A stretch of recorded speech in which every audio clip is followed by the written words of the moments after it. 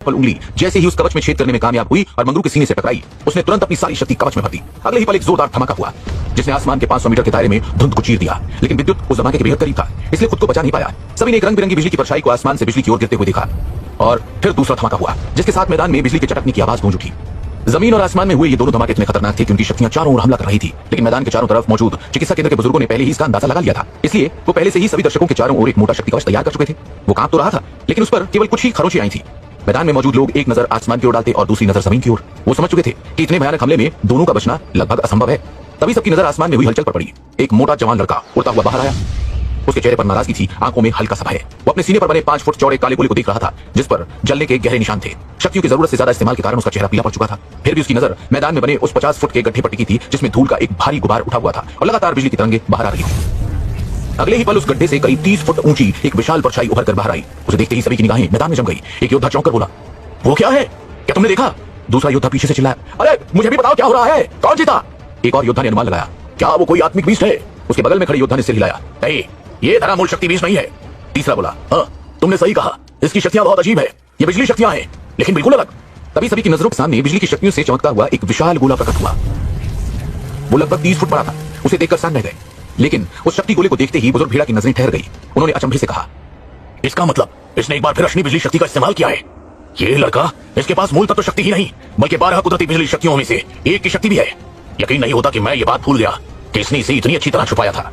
असल में भेड़ा ने पहले भी विद्युत को बिजली शक्ति आत्मिक बीज का प्रयोग करते देखा था, लेकिन उस समय उन्होंने इस पर अधिक ध्यान नहीं दिया था। अब भेड़ा साफ देख सकते थे कि अनगिनत नग्न आंखों से मुश्किल से दिखने वाले बिजली से बने सूक्ष्म आत्मिक सांप विद्युत के चारों ओर लगातार घूम रहे थे। इस समय विद्युत अपने पंखों का भी इस्तेमाल नहीं कर रहा था क्योंकि वो आत्मिक बीज स्वयं उसे हवा में थामे हुए थे। हालांकि विद्युत खुद भी हैरान था। उसने आज से पहले कभी कुदरती अश्नि बिजली शक्ति की इस क्षमता का प्रयोग नहीं किया था, ना ही उसने इसकी कोशिश की थी। वो मन ही मन बोला, मुझे कुदरती अश्नि बिजली की शक्तियों का सही इस्तेमाल सीखना होगा। ऐसा सोचते ही उसने अपनी नजर आसमान की ओर उठाई और पलक झपकते ही वो आसमान में पहुंच गया। विद्युत के चेहरे पर एक हल्की मुस्कुराहट थी। वो धीमे से बोला, यह मुकाबला भी खत्म नहीं हुआ मंगरू भाई। फिर उसने चुनौती भरे स्वर में कहा, तो एक बार फिर शुरू करें। विद्युत को मुस्कुराते देख मंगरू ने गंभीर आवाज में कहा, उसकी कोई जरूरत नहीं, तुम सच में काबिल हो, मैं अपनी हार मानता हूं। मंगरू की बात सुनकर विद्युत की बाहें सिकुड़ गई। मैदान में मौजूद हर कोई मंगरू की आवाज सुनकर हैरान था। वो सभी जानते थे कि मंगरू की शक्तियां भले ही थोड़ी कम हुई हों, लेकिन विद्युत की शक्तियां तो उससे कहीं ज्यादा कम हो चुकी थी। लेकिन लोग उस सच्चाई से अनजान थे जो मंगरू जानता था। मंगरू ने विद्युत और शहशान का पूरा मुकाबला देखा था और वो अच्छी तरह समझता था कि विद्युत के पास अपनी शक्तियों को बढ़ाने का एक और तरीका भी था। अगर विद्युत ने एक बार फिर भस्माकुटा सील का इस्तेमाल कर दिया होता तो शायद इस बार मंगरू बुरी तरह जख्मी होता या मारा भी जा सकता था। लेकिन मंगरू की सोच से बिल्कुल अलग। विद्युत अभी भी हैरान था।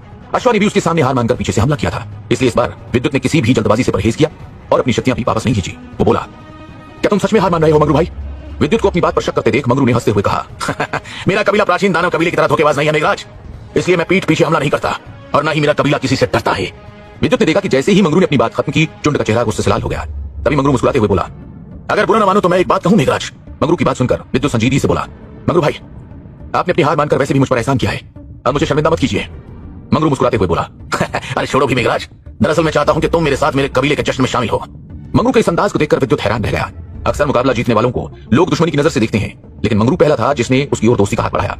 असल में विद्युत मंगरू के इरादे समझ गया था, जिसके चलते उसने मुस्कुराते हुए कहा, आपका बहुत बहुत शुक्रिया मंगरू भाई, मैं जरूर आऊंगा।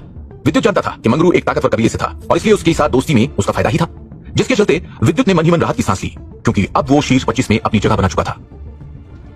मंगरू ने अचानक हार क्यों मानी? क्या वो सच में हार चुका था या उसके पीछे कोई